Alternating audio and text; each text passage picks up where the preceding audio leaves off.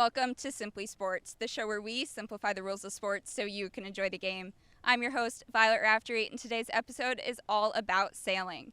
We're out here on Lake Murray where we interviewed the University of South Carolina's club sailing team to explain the rules of the sport. If you know how an airplane works, it's essentially a sideways airplane, which is just wind on one side moves faster than the other, so it pushes you forward. Basically, we trim the sails in relation to where the boat is pointing towards the wind. So the further you are sailing away from the wind, the further out you want your sail, and the further you're sailing, or the closer you're sailing to the wind, you want it pulled in. And it's just basically a lot of physics, but you want the wind to, when you're sailing upwind, you want the wind to be equally passing on both sides of the sail, and then that pulls you forward, versus when you're sailing downwind, you kind of think more parachute-like and you're pushing the boat. So for the boats that we're sailing, we have two different types of sails. We have a jib and a mainsail. So we rig those. The mainsail is the one that's attached to the mast, which goes straight up in the air. And then you have the jib, which is in the front of the boat. So the crew, I control the jib sail, and there's two, we call them sheets, which are two lines that control how far in and out that sail is. And then the skipper has the rudder, which is what they use to steer, and then they also have the main sheet for the mainsail, which controls that sail. So in Gamecock sailing, we're split kind of into three categories.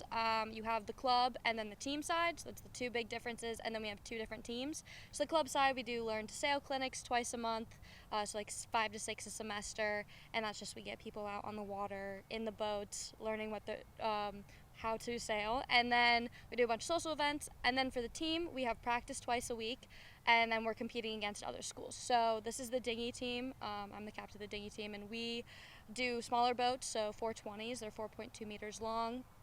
We do about 8 regattas a semester, and then one big travel regatta. And then you have the keelboat team that does a J24, so 24 feet long, and they do our local circuit here at the lake called Elmira's, and then they also do one big travel regatta. We're both going to New York at the end of the month. So for me, I'm captain, as in I'm just doing all the logistical stuff for the team. So booking flights, hotels, being a liaison between the school and the ICSA and SASO, which is the Intercollegiate Sailing Association, and then we're in the region of the South Atlantic Intercollegiate Sailing Association. And then we also, so I'm like kind of, I guess, the top for the dinghy team, and then for you have crews and skippers. So skippers are the people who are driving the boats, and then crews are the people who are crewing the boats. I crew, so when I'm on a boat, I'm sitting forward in the boat, and then I have a skipper driving behind me. Yeah, so I drive the boat, and the boats I sail, they're two-people boats. One person is the crew, and one person is the skipper being me. I steer the boat and kind of control what we're doing during the race, and the crew is there to control the smaller sail in the front called the jib, and I control the main sail, which is the bigger sail in the back. It's called a regatta, just like a track meet is a meet instead of a game, just a regatta. A regatta is a series of races, just one race would be one race, and then the way a regatta works is you race around a series of buoys, and then whoever finishes first, that's how many points you get, so whatever place you finish is how many points you get. And then at the end of the regatta, they add up all the points. The team with the least amount of points is the team that wins. Most regattas are A and B fleet, which your team sends 2 boats, each consisting of 2 people. And all that happens is the A fleet sails against each other, and essentially first place is best, last place is worst, and it's scored by the lower points are better. So if you finish a race with 1 point, you got first place. It's kind of like golf. And then you just do that twice until you do usually about 8 races per fleet. So you have a committee boat and then a mark parallel to the committee boat, and this is just perpendicular to the wind.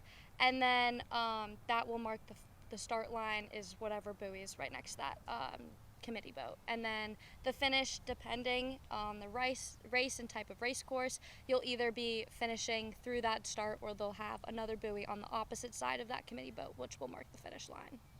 So it depends what rules are in effect. So if it's a normal start, it doesn't really matter as long as you are either crossing that line or behind that line when the whistle blows that the race is starting.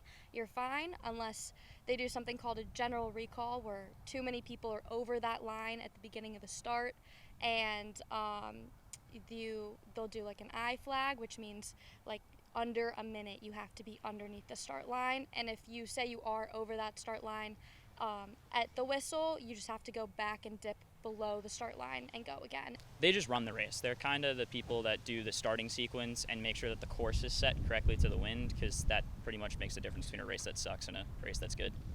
No, you cannot sail directly into the wind. So that's where sailing gets confusing, and you have to utilize the wind and your sail trim, as in how far you're pointing towards the wind or downwind, and we zigzag up. So it's like climbing a ladder. So you have to sail generally at like a 35-ish, 40-degree angle to the wind, and you just go back and forth. A windward mark is a mark that is the closest mark to the wind, and then you have your leeward mark, which is the mark that's furthest from the wind. For a dinghy team, we have a regatta about every other weekend. We were in Charleston for the past 2 weeks, and this weekend we have an off weekend. At the end of the month, we have a team going up to SUNY Maritime in the Bronx, New York City. So that's one of like our big travel regatta for this fall. We also go down to Florida. That's where our Champs Regatta is this semester. We've been to Texas, Connecticut, but mainly we're sailing the Carolinas and Florida. Our Instagram is the best place, I would say. We post everything, and then also our GroupMe's on there. That's where we send out a bunch of information. We also have a website that has our calendar on it that shows all of our events. Now, go enjoy a regatta, and we'll see you next time on Simply Sports.